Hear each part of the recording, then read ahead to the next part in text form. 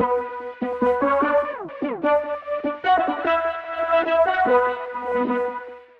everybody. Welcome Hey, back y'all. to another fantastic edition of the His and Her Money Show. I'm Tyler. And I'm Ty. And yes, again, we're from hisandhermoney.com, where we teach you how to have better money, Become a better couple, and live a better life. We are excited about this here episode, man, Yes. because here at the His and Her Money Show, we tackle things that most folks don't want to tackle. That is so true. But we tackle the things that need to be tackled. And we know that this topic here, I know that predominantly our audience is married folks, but I believe that even people that are not married can 100%. definitely benefit from today's episode. That's right. We're going to dive deep on a topic that you're not going to find too much literature, too much podcast In the episodes.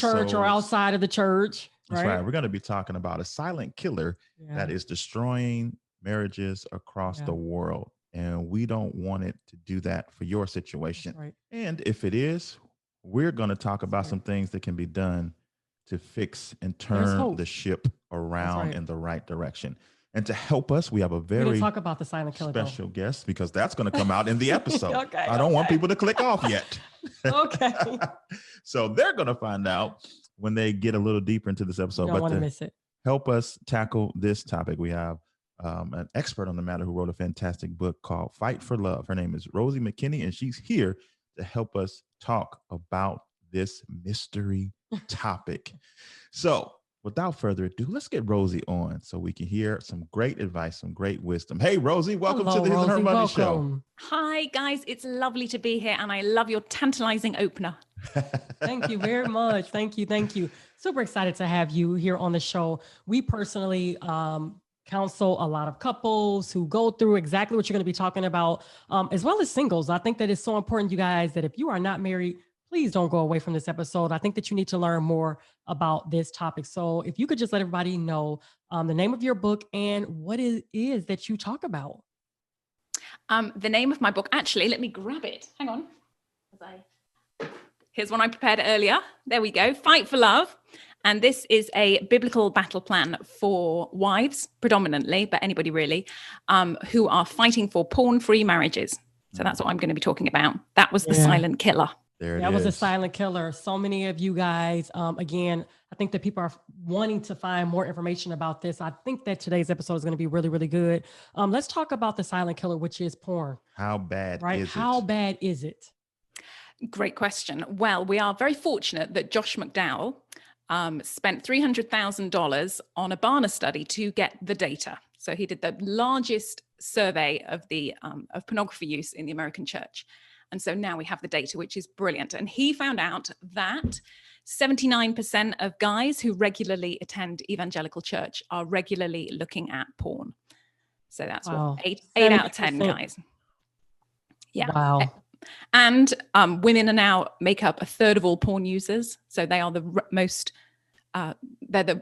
rapid growing user group. Women. Yeah. And the largest user group, hold on to your hats for this one, is 12 to 17 year olds. Wow. So this is a huge, exponentially growing problem. That is impacting the entire family. Yeah. Yeah. And an interesting statistic was that they said 55% of married men are looking at pornography. I think that's quite a conservative estimate, to be honest. But, so that's half of marriages, half of Christian marriages are actually admitting that this is a problem for them. So I know that some people are probably going to say, what qualifies you to talk about this? Can you tell us a little bit about your personal story? What brought you to this place to actually write this book, to want to help so many wives who are enduring this with their husbands and just set so many people free? That's a great question. And this was never a book that I wanted to write. And why am I qualified? Well, to be honest, I was kind of waiting for someone else to write the book, somebody famous, somebody with a huge platform, because I really felt that this needed to be written, but it just wasn't written. So why am I qualified? Because I've done this twice now. I have been in a relationship. Before I became a Christian, I was in a relationship with a long-term relationship with an unrepentant porn addict. And I tried everything to get this out of the relationship. I tried competing, I tried ignoring, I tried just getting over myself and being okay with it. And he just denied that it was a problem. And eventually that fell apart. It was really, really devastating and heartbreaking. And then I become a Christian and I meet my lovely husband, who admits that he has had a problem with this in the past. But in my naivety, I thought, excellent, I've got somebody here who actually admits that it's a problem. So it's not going to be a problem because he knows it's wrong and he knows he doesn't want to do it. And he says he's sought help for it in the past. And so it's not going to be a problem. We're going to get married. I'm going to be more than enough. We're going to live happily ever after. Unfortunately, that is not the case. Getting married does not cure this. And so we had a quite disastrous, quite dramatic honeymoon. And I said, I can't do this again. I've done this already. And so I just put my foot down and said, enough. And it wasn't because I knew it was the right thing to do, to draw that hard line in the sand. It wasn't because I was particularly educated about what porn does to relationships. It wasn't even that I was particularly assertive or had good self-esteem. It's just, I knew I couldn't do this again. It's like, I know what happens. I know the pain. There's nothing I can do. And it just feels hopeless. So I said, I love you too much to let this destroy us. So either you get help or that's it. And so that's what I did really early on, which is very, very unusual, because unless you've had that prior experience, or unless you know somebody who's been through this, or unless you're out there reading all the books on what pornography does to the brain and what it does to relationships, unless you're educated, you don't know that that's what you need to do. So once I started helping other couples, so myself and my husband, we got into recovery, our marriage started improving, we went out starting helping people. Once I realized that my story is exactly the same as everybody else's story, in that we have to learn these things the hard way. We have to learn that nothing we can do as wives can control this or cure this, apart from setting that firm line in the sand. As soon as I realized that that was everybody's story, everybody gets to that place of that desperate ultimatum, like, I can't do this anymore. I just felt, we need to get this knowledge out there, because I do believe that early intervention is possible and it is effective, because I've done it, but I did it accidentally, not because I particularly knew what to do. I think one of the unique aspects of your book is that you tackle this topic spiritually, but you also tackle it scientifically. And some of the numbers that you gave at the beginning were high from every category, from in the church, out the church, married, single. It is children. It's going on all across all spectrums, which means that this has been a highly normalized phenomenon. So if it's highly normalized and seen in the church, out of the church as no big deal, what do we really need to know to help us realize that this actually is a huge deal and we have to face this right now? Great question. I think we need a paradigm shift. I think we need to think about this differently, because we tend to assume that this is a guy's problem, which is fundamentally wrong. It's now, both sexes, everybody's being affected by this, but also we tend to think that it's just their issue, and somehow we just need to be sort of on the sidelines, supporting, being graceful, being more sexual, creating a perfect environment, and it will go away. That's kind of our role. And this completely invalidates the wife's experience, because in marriage, two become one.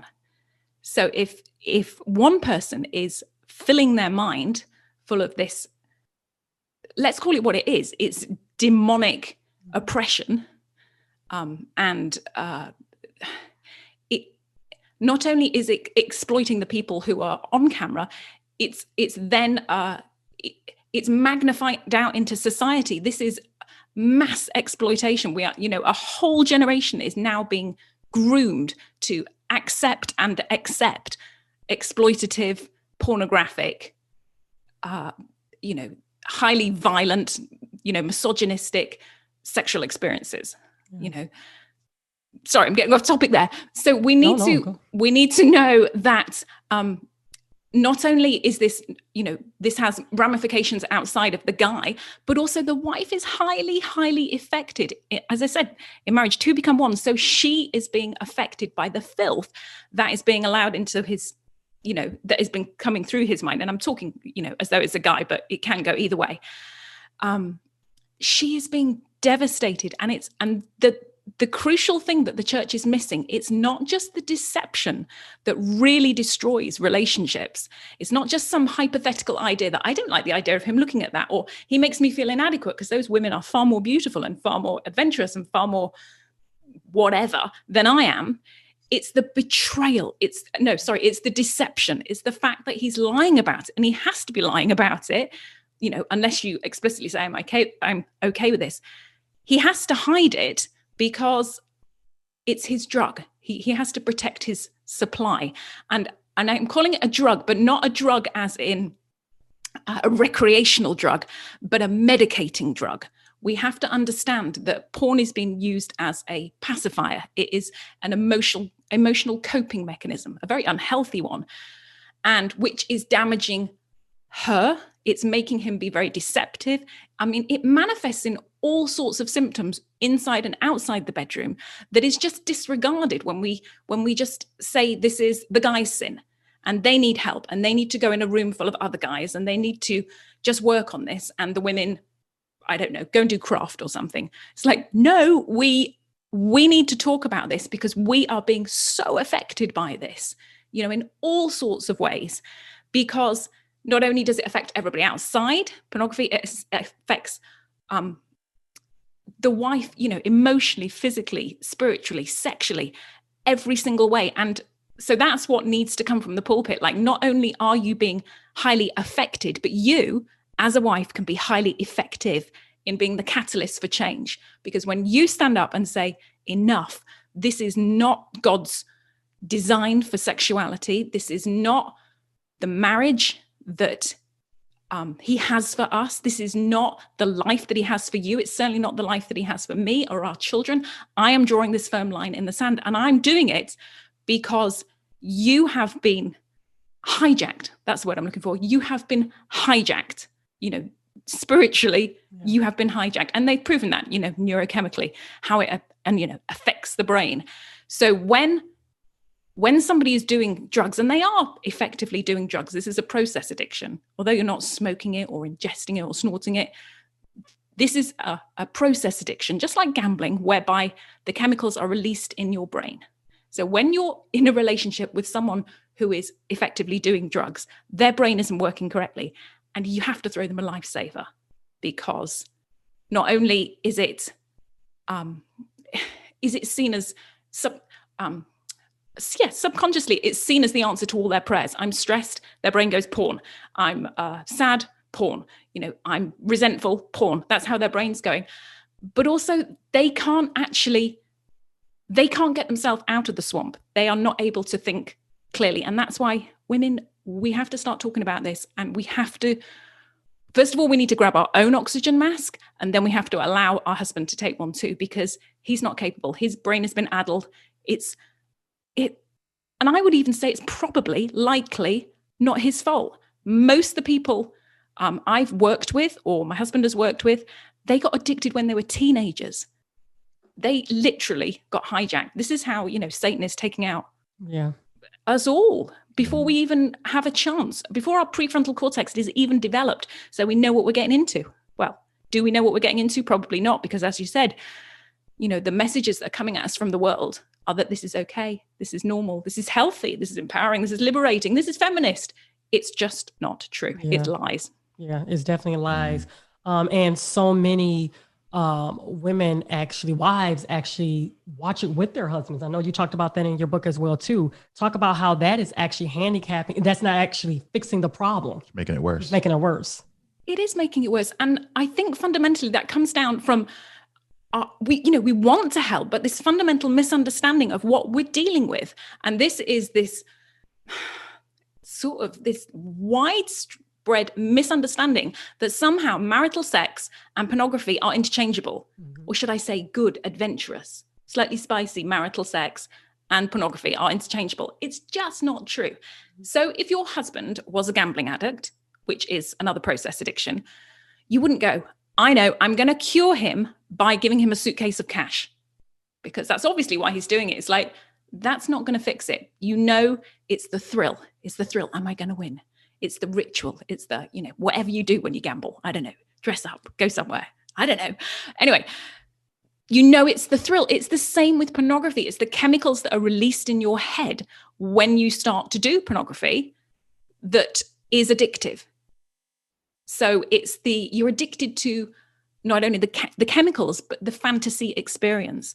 There is no way that any real woman can compete with that.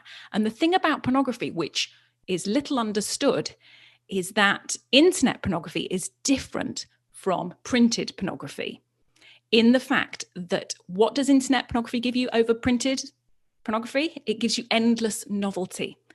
And so what happens when you look at pornography is that eventually you build up tolerance, just like anything else, drug-wise, not anything else, but you build up tolerance so that what you watch eventually becomes kind of, it's just not doing it for me anymore. So eventually you either have to do one of two things to jack up that lagging dopamine hit, to get another hit of the dopamine.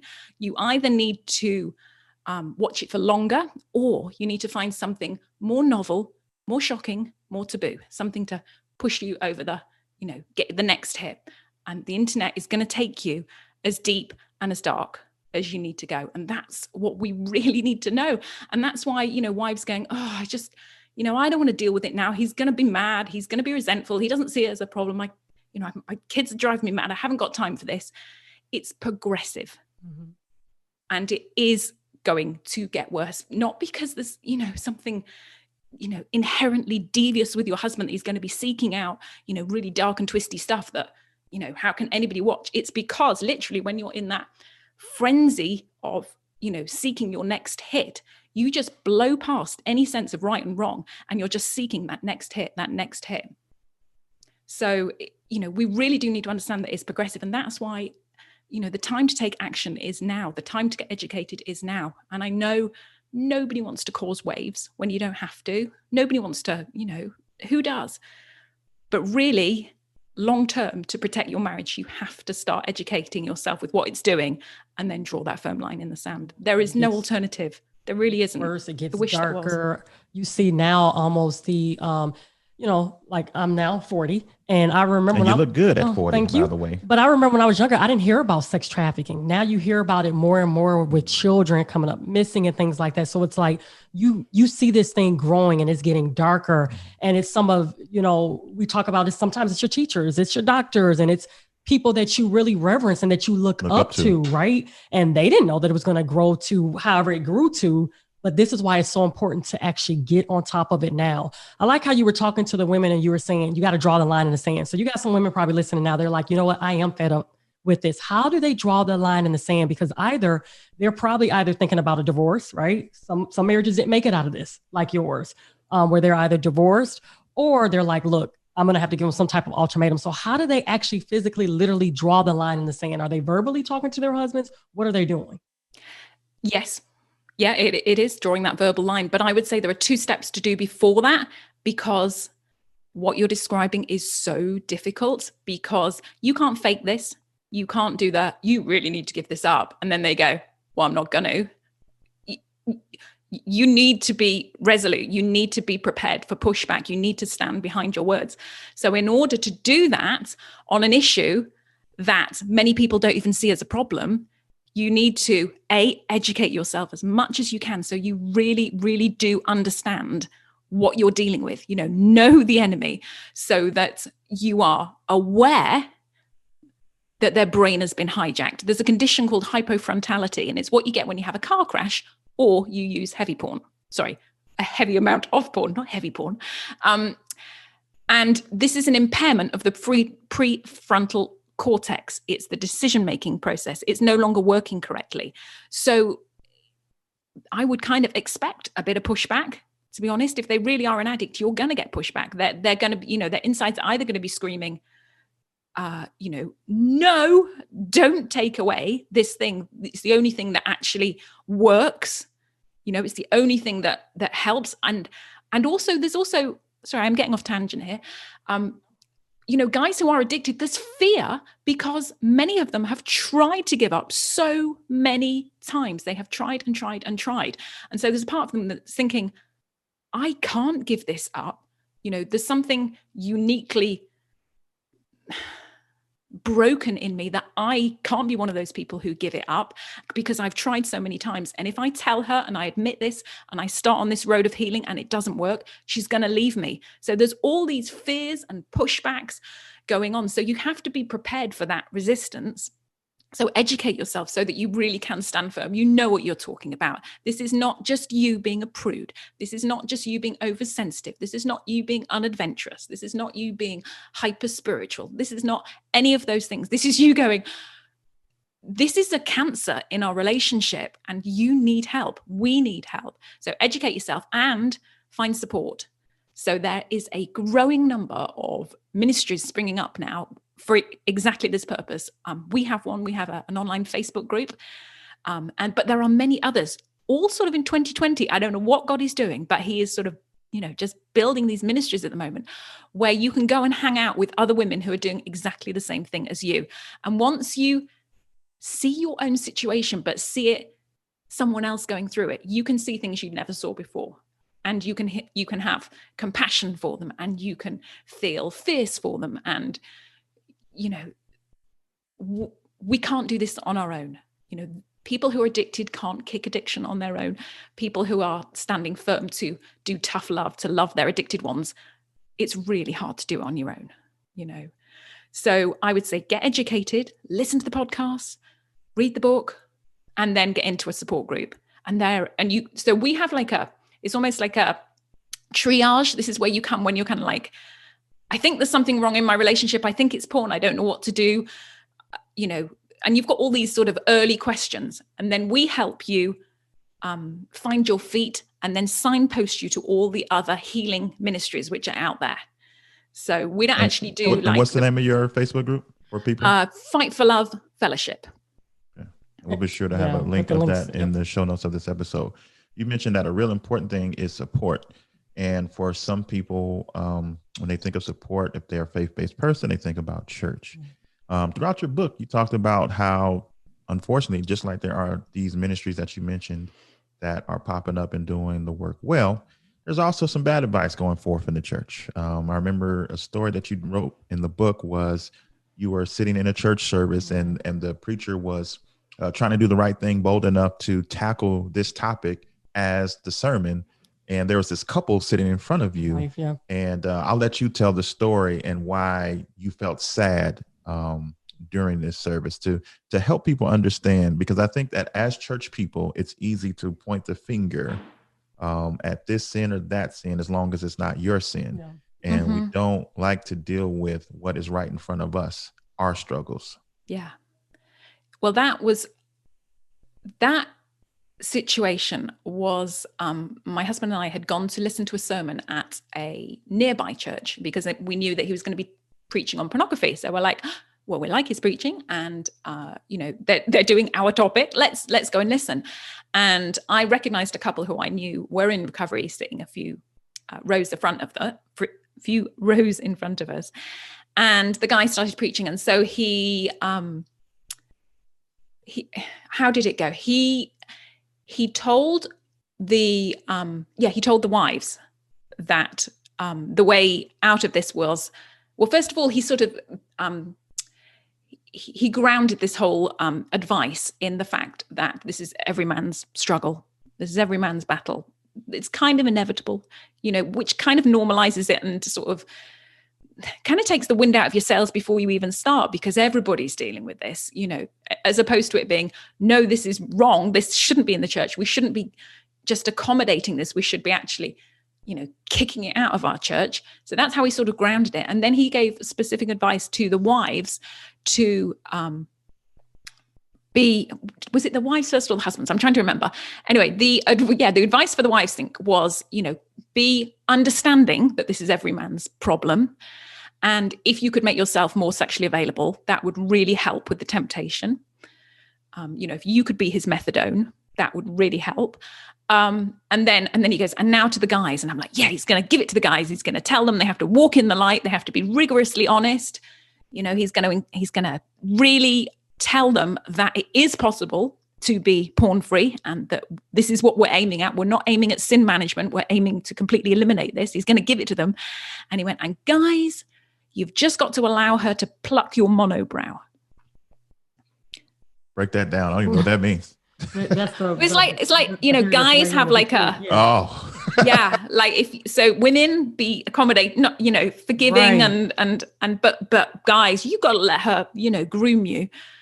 And I felt like a dagger to her. You saw her like deflate. Yeah. So I'm watching this couple, and I just sort of see her slump in her chair, and I just sort of see her head fall. And I think, I know how their conversation is going to go on the way home.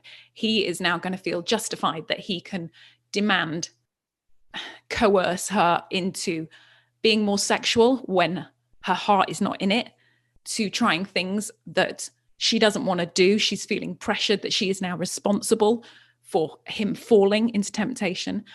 And it just felt cruel. And I'm not saying the pastor did anything deliberately wrong, because he's a great pastor and I really do believe his heart was to help people.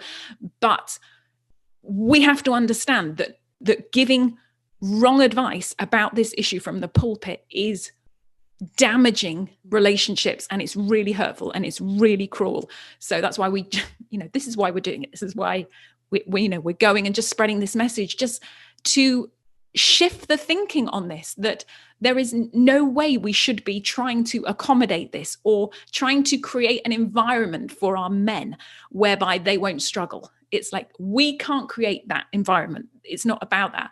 What we can do is put in consequences, you know, for continuing to act out and not take the actions of recovery. That's how we can influence it. But in terms of actually stopping them from acting out, we can't do that. And so we have to stop telling women in the church this. Yeah. We have to give them the support and the education to stand firm and help them when they do, and say, you know what, if this all goes horribly wrong and your husband remains unrepentant, we're still going to be there for you, because you have been obedient to God. He has chosen not to be obedient, but you have been obedient to God, which is keeping yourself pure. Yeah. And you've been fighting for that in your marriage. I like how you said this is not sin management. This is to walk in total recovery, total freedom.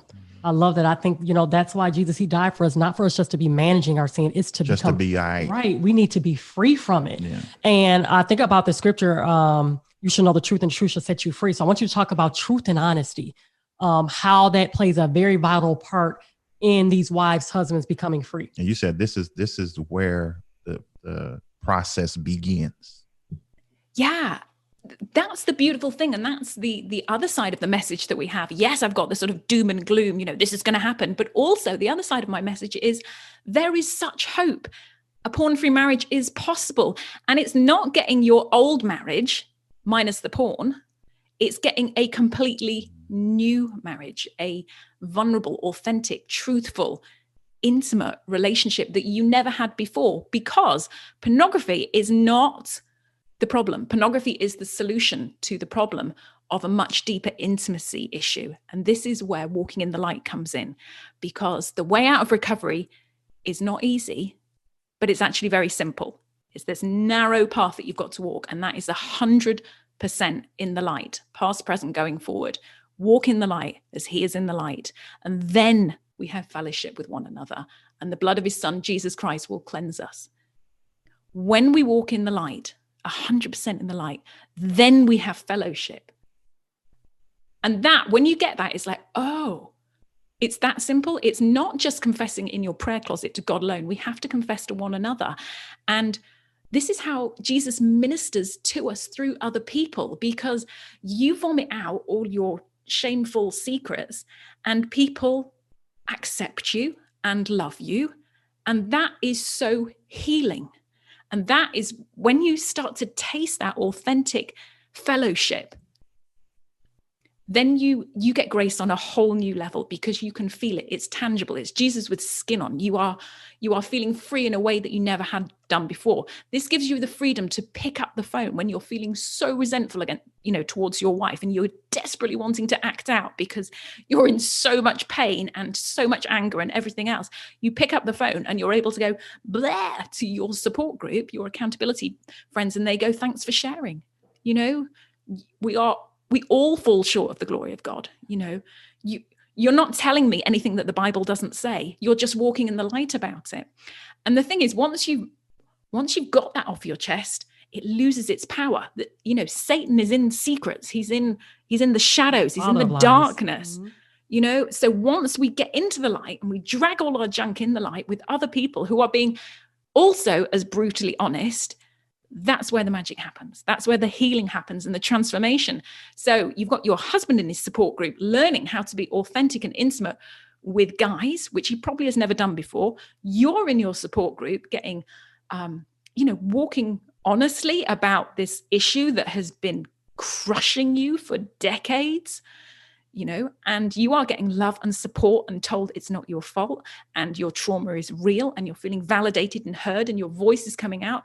And suddenly you've got these two new beautiful creatures who now have the skills to come back together in a way that wasn't even dreamed of before.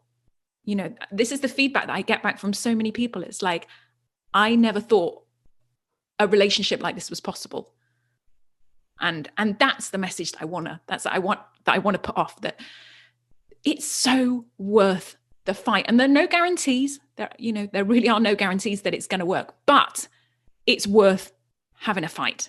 It's worth getting educated and trying the process. And, you know, there might be a recovery lag. You might be all for it and your husband's not ready. And then, you know, you get stronger, you put in your boundaries, he starts realizing the consequences of acting out again, and he comes along gradually. He doesn't even need to want to do it at the beginning. He just has to be willing to do whatever it takes to, you know, hold on to the marriage. That's the beautiful thing. You know, he's in bondage. His brain's not going to be there anyway. He just has to do it, has to walk in the light, has to do a full disclosure, has to do, you know, his calls, attend the group, take the actions. And eventually you get there, you know, you both get there. And it's a privilege. It's a privilege to see this happening again and again and again in couples. And you just go, you are amazing, God, because you took two people who are so broken and you created something really beautiful. And here's the thing, people who have walked this path, they are really willing to go and help other people. You'd think it would be the last thing. You think you get all fixed and then you go, right, I'm going to go and help in, I don't know, orphanages or something, you know, respectable. But they don't. They go, this was so amazing. This was so transformational that I'm going to get out there and tell other people. Yeah. I got something.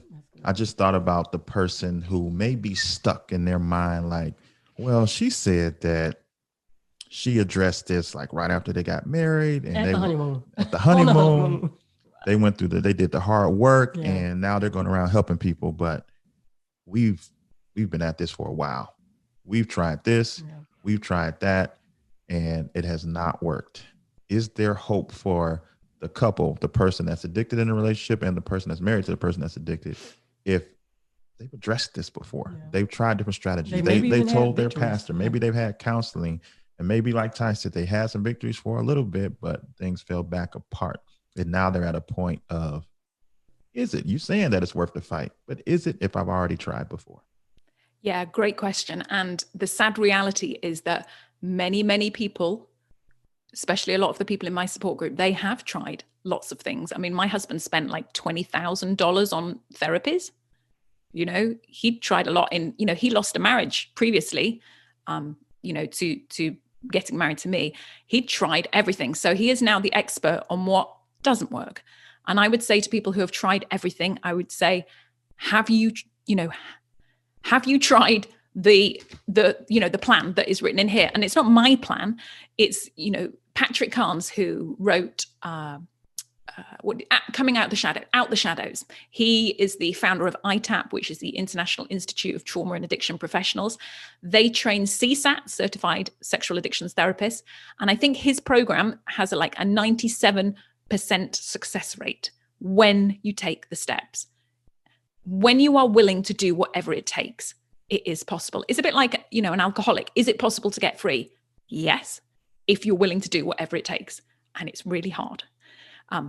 But I would say a lot of people haven't been on the right path. The path is really, really narrow, and it's, you know, you can fall off if you don't do the actions consistently. And also it's circuitous. You know, sometimes if a guy relapses in recovery, it doesn't necessarily mean that you're going backwards. If you take the actions of recovery, like she enacts her safety plan, He understands that there are now consequences. He learns from that. You move forward. That might be a healing step. So although recovery might be twirly-whirly, if you're taking the actions of recovery, he is walking in the light. It just coming back. It's beautiful. It's so simple. Walk in the light. Okay? Walk in the light. No more deception. No more. Having to confess to your wife that you've just acted out within 12 hours really does kill the buzz. Knowing that you're going to have to sit in a group and tell 6 other guys exactly what you've done is kind of a buzzkill, you know? So this is how those tendrils of the devil are disconnected, just by walking in the light. And I would say, have you tried that pathway? Have you had the right qualified help, or have you been trying this on your own? Have you been sort of like, I'm white knuckling it, because here's the thing. What people often do is, and my husband explains it, he says, what a lot of recovery groups is, they say, don't eat the candy bar. So they're going, don't eat the candy bar, don't eat the candy bar, don't eat the candy bar. And so the next time they get stressed, what do they want to do? They want to eat the candy bar, because they are not replacing the candy bar with healthy food. And healthy food is intimacy. It's intimate relationships with other people, because this is an intimacy disorder. So it's not just about taking the pornography out of this, because pornography has been the pacifier. It has been the coping mechanism. You need to create another coping mechanism so that when you get stressed, when you get unhappy, when you get happy, you can be triggered into pornographic cravings by all sorts of emotions. You need to have a different coping mechanisms. And that's what people do. Like they try and stop and they go to recovery groups where they all sit around in a circle and go, oh, I struggled this week, Bill. Oh yeah, I struggled too, Frank. And it's like, that's not what it's about. You have to get deeper than that. You have to go to those places that you don't want to admit. But once you do, you will find freedom.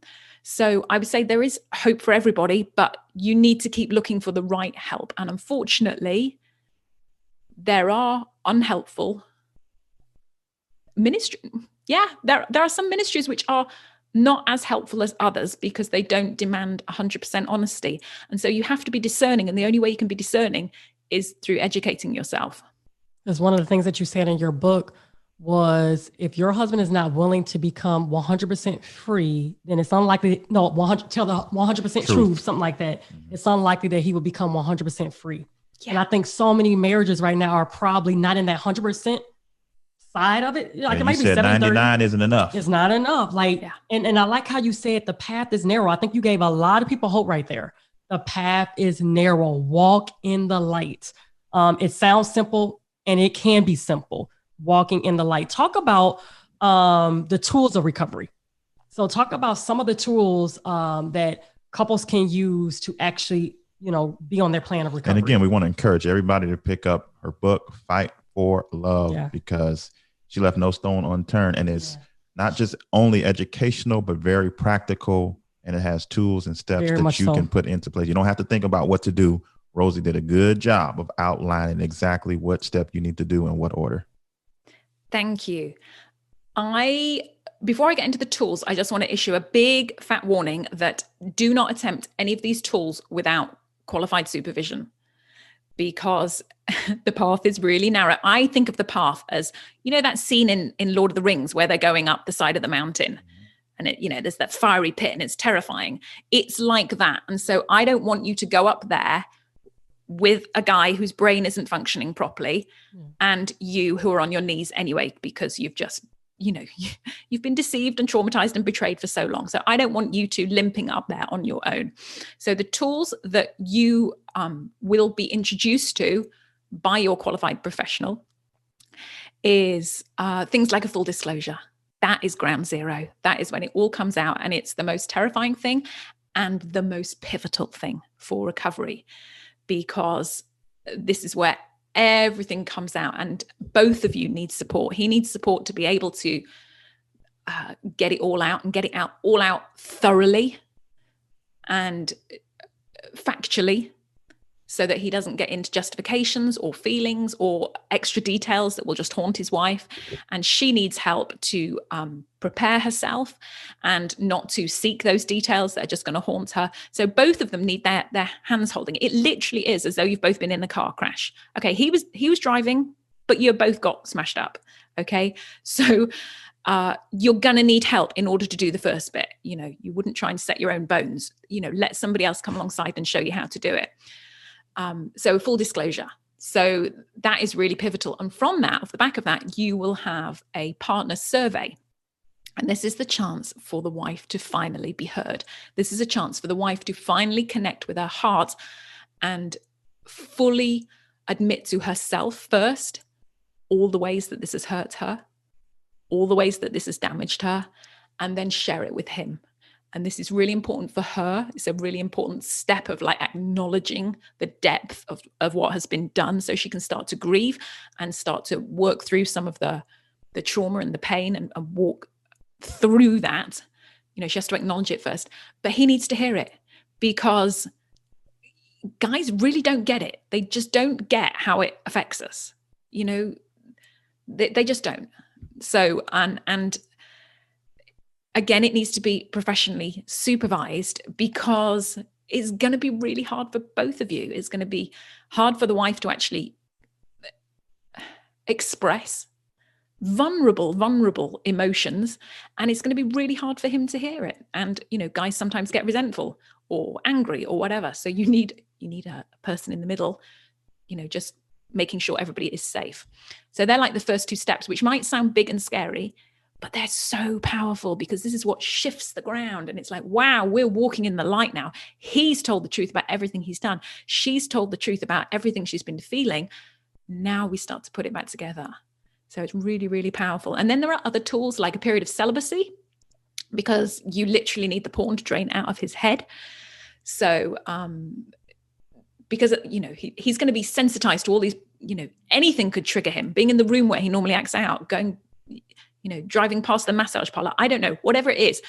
He needs those pornographic cues to lessen, and time will help that. But also they both need to learn ways to be intimate without using sex. And you will also discover in that time the ways that you have been using sex. Like, I use sex because it's the only way I feel close to my husband, or it's the only way I feel powerful, or it's the only way, you know, this or that. And so you'll discover other ways of connecting, which are really, really important. And what's the other thing? The other thing is, a safety plan.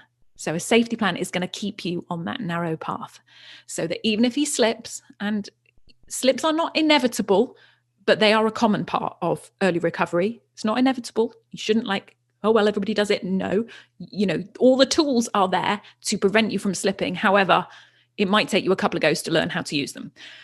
So, but if your husband slips and he's now in recovery, and you've been through disclosure and you've been through this, you're going to be absolutely devastated, even more devastated than you were when he used to do it, because now your heart is open and you're feeling hopeful. So your husband slips, it's like the end of the world. So a safety plan is like your emergency procedure plan. It's like, you know, the plan that they have on a plane. You know, if we all go down, this is what we're going to do. So you have one of those in place, so that if he does act out, these are the things that I need to happen in order for me to feel safe. So it's the wife not controlling him, not controlling the situation, but saying, if you act out, I am going to need this emotional space, this physical space, because this is going to be devastating, and I am going to be highly triggered and highly off my head if you slip. And so I'm going to trust the plan, and we're going to stick to the plan. And the other vital thing about a safety plan is that there is provision to help dissuade, discourage deception. So a guy, if he does act out, he has to tell within an allotted time period, say like 12 hours or 24 hours, or whatever you decide. And this makes the wife feel safe, because there's nothing worse than someone acting out but not telling you for a couple of weeks, because the wife will be sensing it. She'll be like, you know, why is he being distant? What did I do? That's the crazy making, because you sense that something's wrong, but you can't put your finger on it. And then, you know, you find out 2 weeks later that actually he acted out and it was nothing to do with you. He was just feeling guilty. And then you start to feel really mad, and you're like, so I've been beating myself up, and all the time you were actually acting out. So the safety plan helps curtail that by saying, if you tell me, if you act out, these are the consequences. Like, you might be sleeping on the couch for 3 days, or you might, I don't know, whatever it is you decide.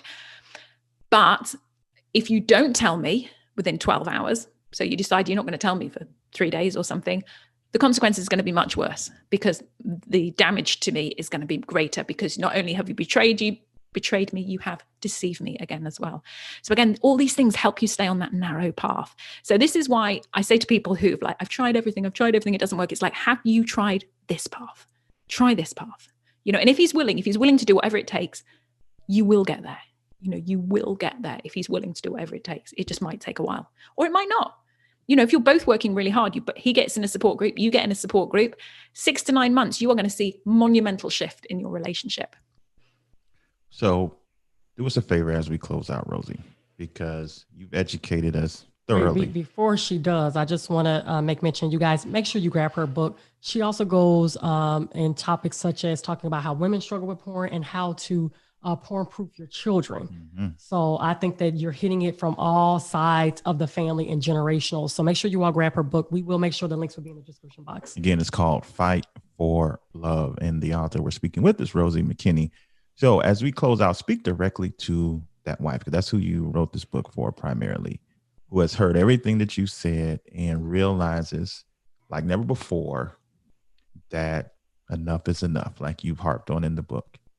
But man, the proposition of this conversation is so scary. I know I need to, but this is, like you said, walking up a mountain with fiery pits on the side, and it just seems super scary, Rosie. Tell that wife what she needs to know to push forward. Yeah, and also, in addition, if you can also talk about the redemptive power in your own marriage, that God actually touched your husband and the marriage that you all are now living today. Absolutely. Well, let me start with that. So my husband now is a certified sexual addictions therapist. He is booked solid. He is helping so many couples. He has, I think he's running like 5 groups a week now, and many of them to wives.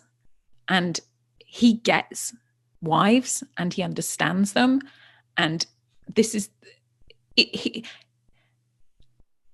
he is not the man that I married. He is so much more. He is everything that I wanted, but didn't think was ever possible.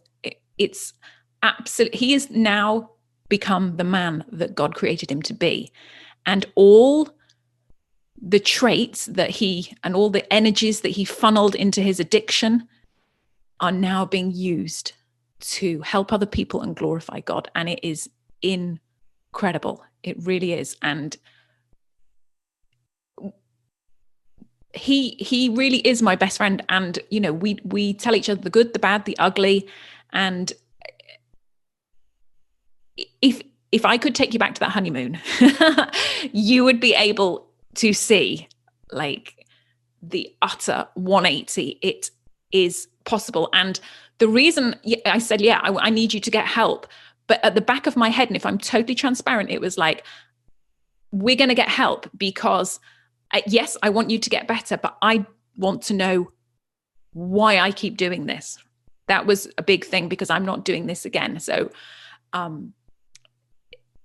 he took 2 people who were incredibly, incredibly broken and made something quite beautiful, really. And it was absolutely nothing we did. Neither of us were particularly fighting for the marriage. He was fighting for his brain and I was fighting to, not do this again. So even if you're 1 foot out the door, that's okay. Follow the plan. Try it. You don't have to be, you don't have to feel like, I really love my husband, because let's face it, if your husband has been deceiving you and betraying you with pornography for a long time, you're going to be bruised and battered and crushed and exhausted. And this is why we need other women to come alongside and just prop us up. So we fight for love together, because you don't have to be, we talk about being warrior women, but you really don't need to be that strong. It's like David and Goliath, like the size of David compared to the size of Goliath. All he had was an obedience. So all you need to do, an obedience and a slingshot.